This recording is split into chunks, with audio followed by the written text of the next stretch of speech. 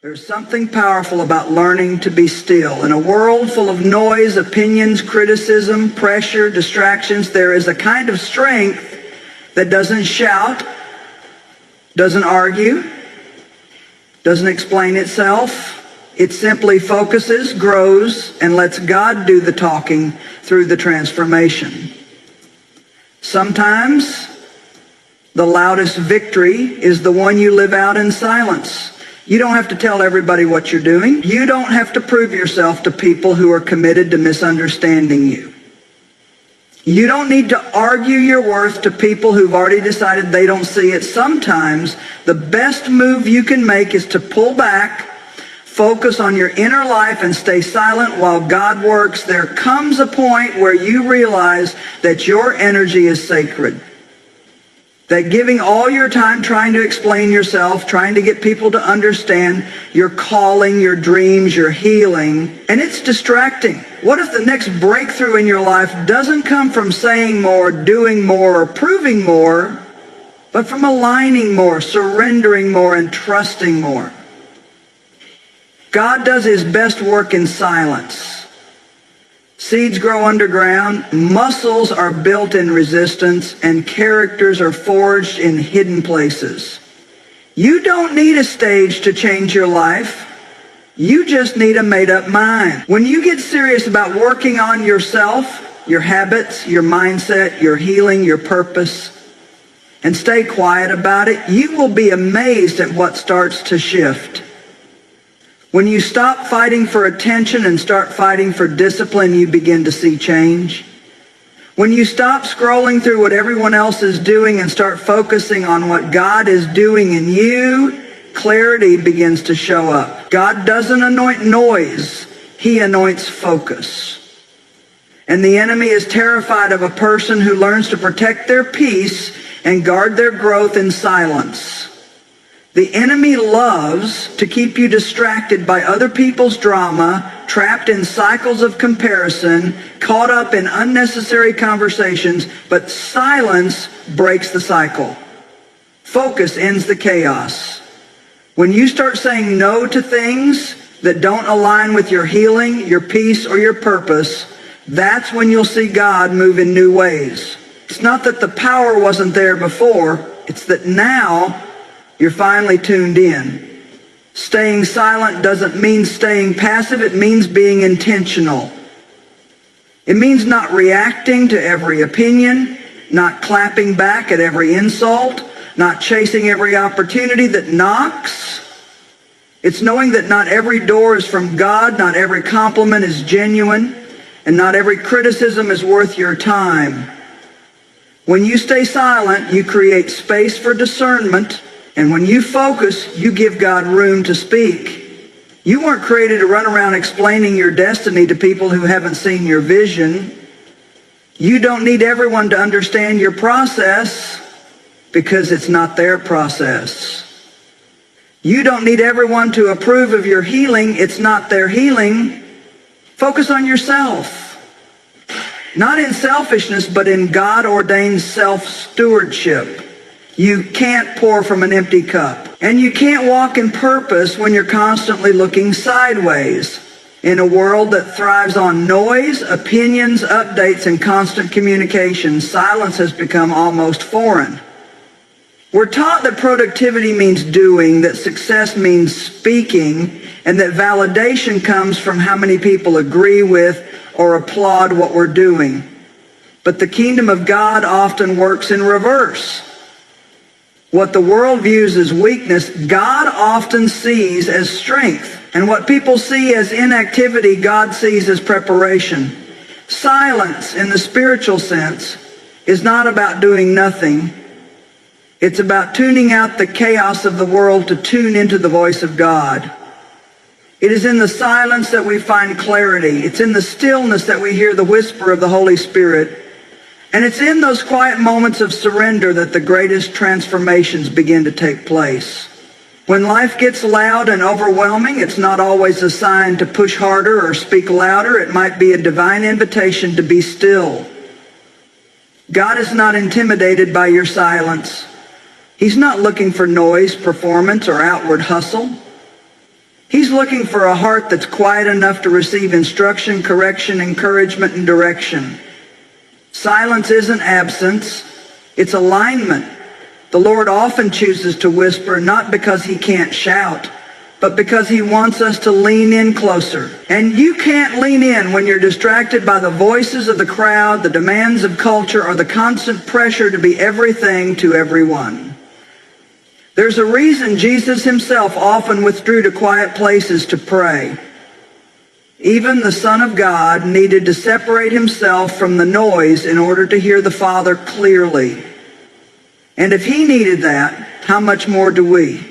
When you silence the distractions around you, you begin to notice how loud your soul has become, filled with anxieties, assumptions, internal dialogues, and false narratives.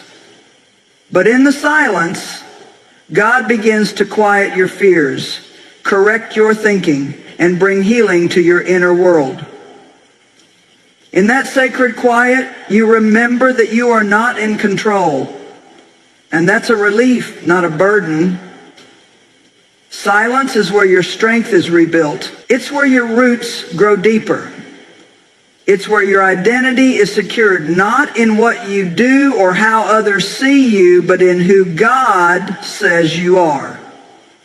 When you stop striving to be heard by everyone, you start allowing yourself to be healed by the only one whose voice truly matters. And that healing doesn't require an audience. You don't need to post it, announce it, or explain it. You just need to walk through it with God leading the way. The more silent you become, the more selective you become about what deserves your energy, your time, your words. Not everything requires a reaction. Not every insult deserves a defense. Not every opportunity is a God-ordained assignment. Sometimes your greatest weapon is not your words, but your refusal to waste them. God speaks to the heart that is willing to listen, but listening takes intentional silence. It's not about just being quiet on the outside. It's quieting the inner storm that's constantly trying to make sense of life on its own. In that stillness, you'll often realize that the answers you were so desperately searching for were already being whispered. You just weren't still enough to hear them. It's in the silence that faith is stirred. Because when you stop filling the space with your own voice, you start trusting that God will fill it with his presence. And his presence changes everything. There's a refining that takes place in silence. When you're no longer performing for approval, you start becoming the person God always knew you could be. You stop pretending, stop striving, and start surrendering. And in that surrender, there is peace. You can be surrounded by chaos and still walk in calm, not because you have all the answers, but because you've learned how to stay close to the one who does. Silence is not an absence of sound, it's the presence of peace.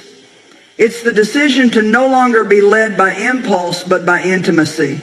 It's choosing to focus more on becoming than broadcasting. It's choosing to trust God's voice over public opinion.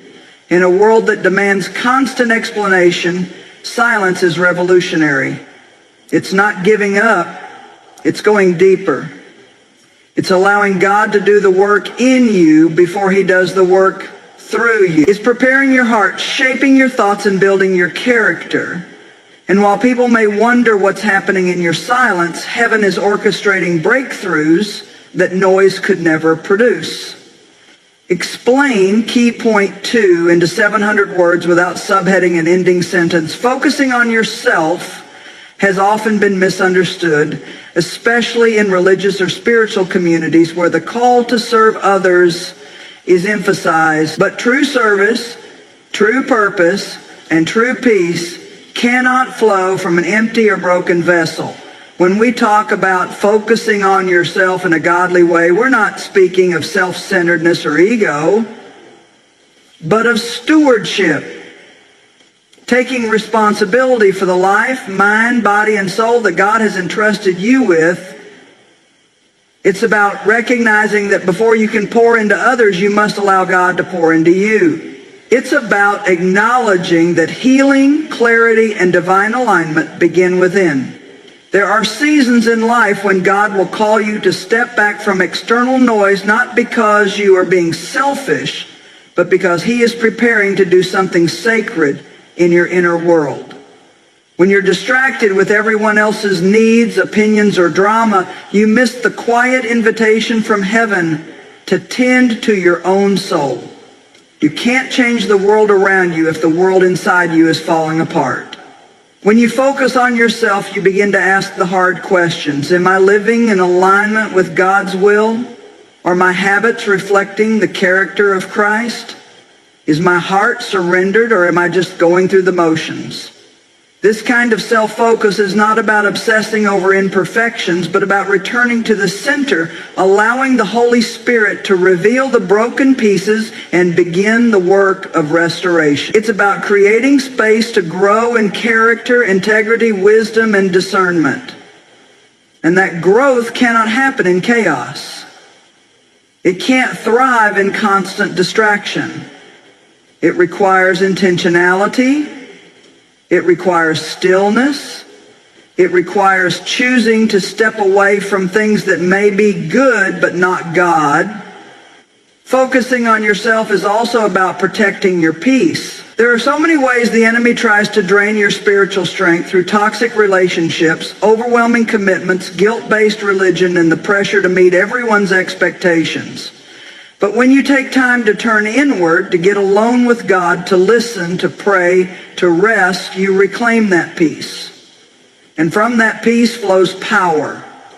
Power to say no without guilt, power to walk away from what no longer aligns with your assignment, power to step into who God created you to be without needing the world's approval.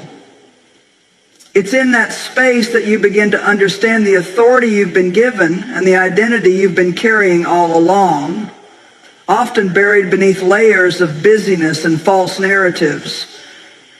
There's a version of you that God is trying to uncover, a healed you, a focused you, a fearless you. But He can't reveal that version while you're still lost and trying to fix everyone else, please everyone else, or be everywhere at once. He's calling you into a place of self-focus so that He can develop the fruit of the Spirit in your life, not just outwardly, but deeply. Love that isn't performative. Joy that isn't circumstantial. Peace that's not dependent on the people around you. Patience that isn't just for show, but rooted in trust. That kind of transformation happens in the quiet, personal places. It's not about showing the world how spiritual you are. It's about allowing God to shape your spirit when no one else is looking. This kind of self-focus is what leads to maturity. When you focus on yourself with God as your guide, you stop blaming others for your circumstances. You start taking ownership of your responses, your growth, your healing. You stop waiting for someone to come save you, and you realize God has already given you what you need. You just have to activate it. And as you do that, your life starts to reflect that quiet, confident strength. People will see the change, they'll feel the shift, but they won't be able to pinpoint it because it wasn't performance, it was process. A holy process of becoming whole. In this world of constant validation seeking, stepping back to focus on your internal world is radical. It's countercultural. It's sacred. It's not loud, but it's powerful. And it's in that sacred space of intentional self-focus that God prepares you for the next level, the next season, the next assignment. Not because you demanded it, but because you allowed Him to do the deep work inside of you first. What looks like isolation is actually preparation. What feels like silence is actually the soil of transformation. And when the time is right, what God grew in private will produce fruit in public, not because you chased it, but because you were faithful in the focus. You don't need to explain or defend your process to people who don't understand your purpose. One of the greatest weights people carry is the need to be understood. We want others to approve, to affirm, and to applaud our journey, our decisions, our healing, our shifts. But purpose is not always public. Sometimes what God is doing in you is so unique, so specific, and so divine that it will not make sense to the people around you. And that's okay. You were never called to live your life based on their understanding. When you try to explain what God told you in private to people who haven't heard his voice, you will only frustrate yourself. Your calling isn't a community project. It's a covenant between you and God. And that covenant doesn't require a committee. It requires obedience. When Abraham left his homeland at God's command, he didn't have all the answers. He didn't have a map or a detailed explanation to offer his family. He had a word, and that was enough. But imagine if he stopped to try and convince everyone of what God had spoken. Imagine if he delayed his journey trying to explain a vision they weren't meant to see. He would have missed the promise trying to win the approval of people who weren't even called to walk the road with him. You don't owe anyone a justification for your obedience.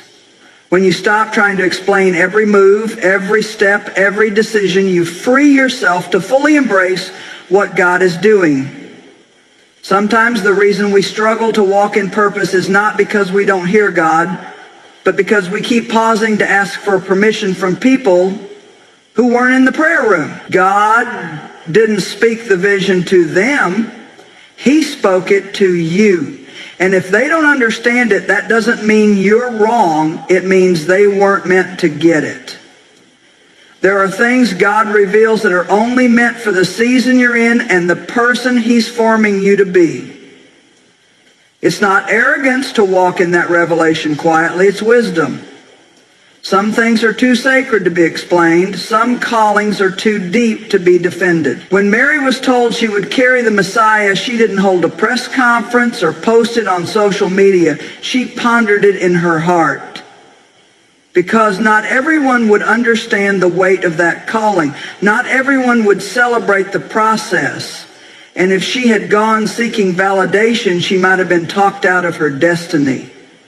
There is strength in silent obedience. There is wisdom in private growth. When you stop explaining, you start expanding. You start giving yourself permission to evolve, to shift, to heal, to become, without needing a constant audience. And that's where the real transformation happens. The more you defend your process, the more you open yourself to opinions that were never meant to shape your path. Discernment is knowing when to speak and when to be silent. Not out of fear, but out of understanding that your walk with God is not up for debate. You were not called to be understood. You were called to be faithful. And faithfulness doesn't always look impressive to the outside world. Sometimes it looks like saying no to what others say yes to. Sometimes it looks like walking away from good things because God has called you to greater. Sometimes it looks like silence in a world addicted to noise. Let them talk. Let them question. Let them assume. Their misunderstanding doesn't change your mission. Their doubts don't delay God's plan. What God is building in you is not dependent on their agreement. It's dependent on your alignment. And when you are aligned with God, you can walk in peace, even when you're misunderstood. You can rest in silence, even when others are loud with opinions. Because you know who sent you. You know who called you, and that is enough. When you fully embrace that truth, you start moving differently. You stop chasing explanations and start chasing presence. You stop defending your process and start protecting your peace. You start realizing that the people who are meant to understand will see the fruit in due season. You won't need to explain because your life will speak. Your growth will speak. Your healing will speak. And that is the kind of testimony no argument can refute. So keep walking, keep healing, keep obeying. Not everyone will understand, and that's not your burden to carry. Your job is not to make them get it. Your job is to keep going. Because destiny is never delayed by misunderstanding, only by disobedience. And when God is leading, you never walk alone, even if you walk misunderstood. There is an extraordinary transformation that happens in the quiet seasons when you stop seeking external noise to validate your worth and begin to build inner strength. This strength isn't loud or showy. It's not the kind that boasts or brags. It's the kind forged in the silence of your surrender, in the sacred space where no one else sees the work you're doing on yourself. When you pull back from the distractions, the comparisons, and the pressure to perform, something divine begins to unfold. You start realizing that the strongest version of you isn't built in applause. It's built in obscurity. It's built when you choose to stay consistent even when no one is watching. When you stay in the Word, stay in prayer, stay in self-reflection, and keep showing up for your own growth, strength is developed when you stop waiting for someone to rescue you and begin partnering with God to rise up from within. Life has a way of putting us in situations that expose our weaknesses. And those exposures aren't meant to shame you. They are invitations to grow. But growth doesn't come just by knowing what's wrong. It comes by doing the hard work to make it right. Inner strength is formed in the space between recognition and transformation. It's forged in discipline, in daily choices to renew your mind, guard your heart, and walk in truth, even when it's not convenient. It's built when you reject the lies that say you're not enough and instead begin to live like you are already equipped, already chosen, already loved. When you take that journey inward, when you stop blaming and start building, you become dangerous to the enemy. Because a person who has healed from within can no longer be controlled by external pressure. The strength within is not about perfection, it's about resilience. It's about being knocked down by life and choosing to rise again. It's about recognizing that setbacks don't define you, they refine you. Every tear, every disappointment, every closed door is a part of the foundation God is building inside of you. Inner strength says, even if they don't believe in me, I still believe in the God who made me. It says, even if I failed yesterday, I will still get up today and walk forward. And that kind of strength, the kind that's anchored in your identity in Christ, cannot be shaken. It becomes your shield, your compass, your anchor. You stop being tossed by every storm because you've learned to stand in the stillness of God's presence. When you focus on developing your inner strength, you stop needing validation from others. You stop needing people to tell you you're good enough. You already know that your value is settled at the cross. You stop trying to be everything for everyone and start becoming who God called you to be. You become okay with being misunderstood, with being overlooked, with being in the background, because you understand that the deeper God builds in private, the more fruit he will reveal in public. You understand that before God promotes externally, he strengthens internally. And that kind of strength lasts. That kind of strength doesn't crumble when the pressure comes. It stands, it endures, it overcomes. The world is filled with people who look strong on the outside, but are falling apart on the inside. But God is raising up people who are strong from within, people who are rooted in truth, grounded in love, and filled with the fire of purpose. And that strength is contagious. When you walk in that kind of strength, you become a light. You become a safe place for others.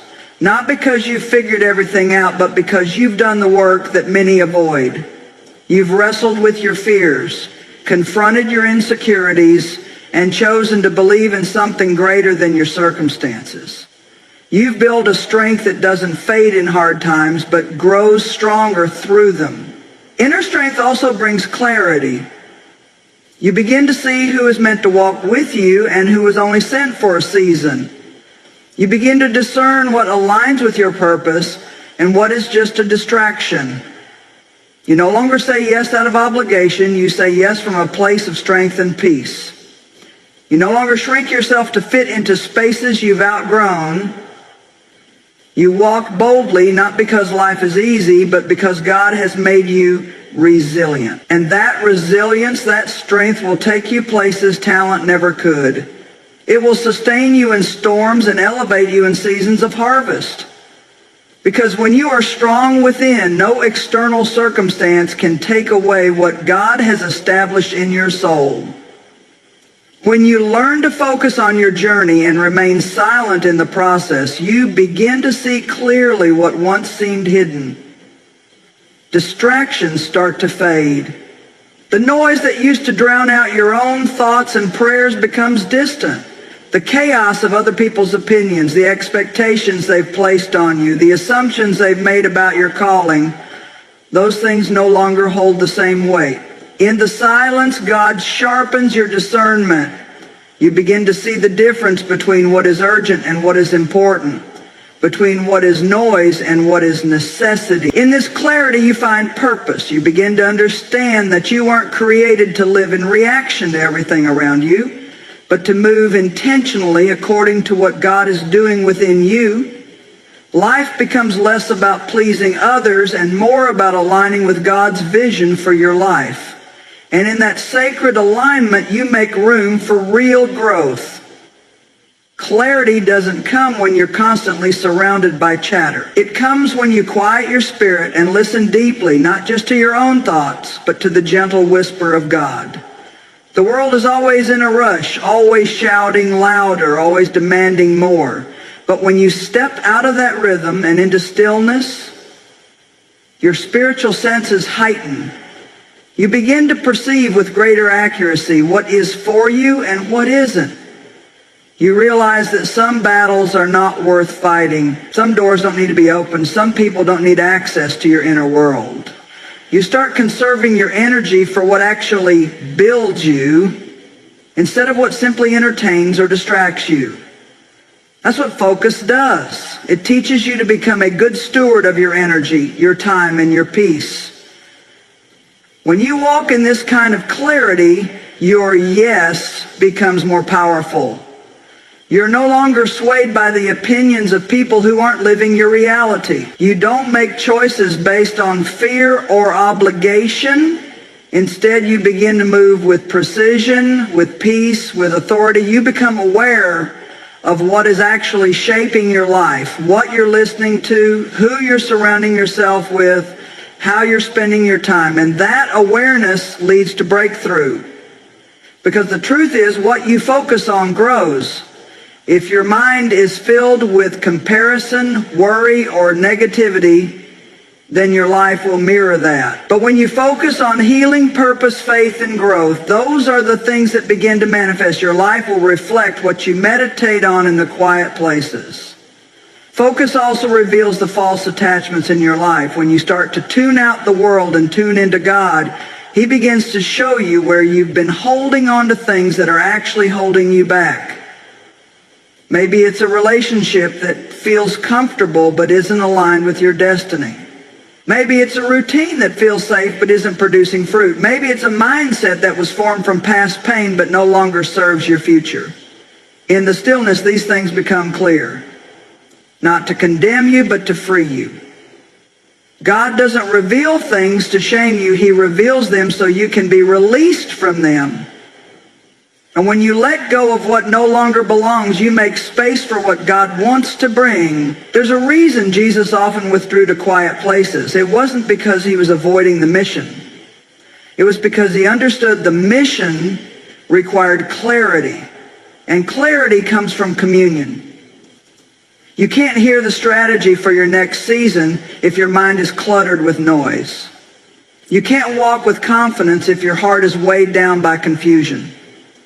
Focus and silence are spiritual tools. They're not passive, they're powerful. They position you to receive wisdom, instruction, and peace. They position you to move in God's timing rather than reacting to life's demands. As your vision sharpens, you begin to see how God was always at work, even when you didn't understand it. You realize that the delay was for development, the rejection was for redirection, the silence wasn't absence, it was preparation, and that clarity changes everything. You stop rushing, you stop striving, you start trusting. You understand that the pace of your journey is not determined by the pressure of the world, but by the leading of the Spirit. With every step, you grow more rooted, more certain, more aligned. And it's not because life got easier, but because you got focused. You began to see with spiritual eyes. You began to hear what really mattered. You began to walk not in confusion, but in divine confidence. Because when you focus and stay silent, heaven speaks louder than anything else. When you begin to focus on yourself and embrace the power of silence, you open the door for your life to transform in ways you never thought possible. One of the greatest transformations happens not externally, but within the soul. It's the peace that comes from no longer being at war with yourself. It's the peace that comes when you finally lay down the weight of people-pleasing, comparison, guilt, and shame, and begin to embrace who God created you to be. In silence, you start hearing what truly matters, and that voice is not the world's. It's not the critics. It's not the expectations of others.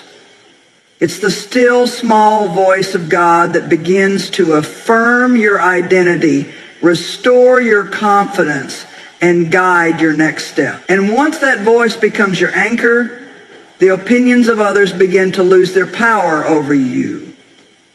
This kind of internal transformation cannot happen when you're constantly chasing noise, constantly looking for approval, constantly seeking distraction. Silence becomes the sacred space where healing happens. It's where your soul takes a breath, where your mind finds clarity, and where your heart begins to feel again. It's in the silence that the wounds you tried to ignore begin to surface, not to destroy you, but to heal you. God does his deepest work in the quiet. When you shut the door, get alone, and simply sit with him, the layers begin to peel back. The bitterness you've held on to is exposed for what it really is. Unhealed pain. The fear that's been controlling you is revealed as a lie that needs to be replaced with truth. The insecurity that's kept you small begins to crumble under the weight of divine affirmation, and in its place something new is born: peace, confidence, and a deep sense of purpose. Peace isn't just the absence of conflict. It's the presence of inner stability in a world that is constantly changing. It's the calm that comes from knowing who you are, whose you are, and where you're going. You begin to walk differently. You respond instead of react. You speak less but say more. You stop chasing every opportunity and start choosing what aligns with your assignment. You stop wasting energy on arguments, on proving yourself, on trying to fix people who don't want to change. Instead, you let your presence speak louder than your words. You let your peace become your testimony. Because the peace that comes from God is attractive. It draws people in, not because you're loud, but because you're grounded. Not because you have all the answers, but because you've learned to trust the one who does. This peace also brings protection. When you operate from a place of inner peace, you're not easily triggered. You're not tossed around by every emotion. You're not broken by every storm. You've built something unshakable inside. That doesn't mean life stops being hard. It means that your response is no longer dictated by chaos. You've created boundaries, not just around your time and space, but around your heart. And those boundaries are not walls to keep people out. They're gates that guard your peace. You start recognizing who drains you and who fuels you. You become more intentional about where you invest your time, who you give access to, and what you allow into your spirit. And in that process, you become stronger, not louder, not busier, just stronger. This kind of peace is also deeply spiritual. It's not something you find through self-help or temporary fixes. It's something that is birthed in the presence of God. As you sit in the Word, as you pray, as you worship, Peace becomes more than a concept. It becomes your reality. You stop measuring your worth by how much you've achieved or how many people approve of you. Instead, you begin to measure success by your obedience to God, your growth in character, and the fruit of peace that begins to grow in your life. You start sleeping better. You start thinking clearer. You stop apologizing for your growth. You start showing up fully, authentically, and unapologetically. And the more you lean into that peace, the more your life begins to align with God's divine plan. Peace is also powerful because it changes your perspective. The things that used to bother you no longer steal your joy. The situations that once caused anxiety now become opportunities for trust. The relationships that used to confuse you now become clearer. You begin to see what's truly important, and that clarity brings peace. You start letting go of things that used to weigh you down. You forgive more easily, not because the offense didn't matter, but because your peace matters more. You stop rehearsing old wounds and start declaring healing. You stop trying to control outcomes and start resting in God's sovereignty. That is the power of peace. It reorders your life from the inside out. It doesn't change everything around you overnight, but it changes everything within you, and that's where real transformation begins.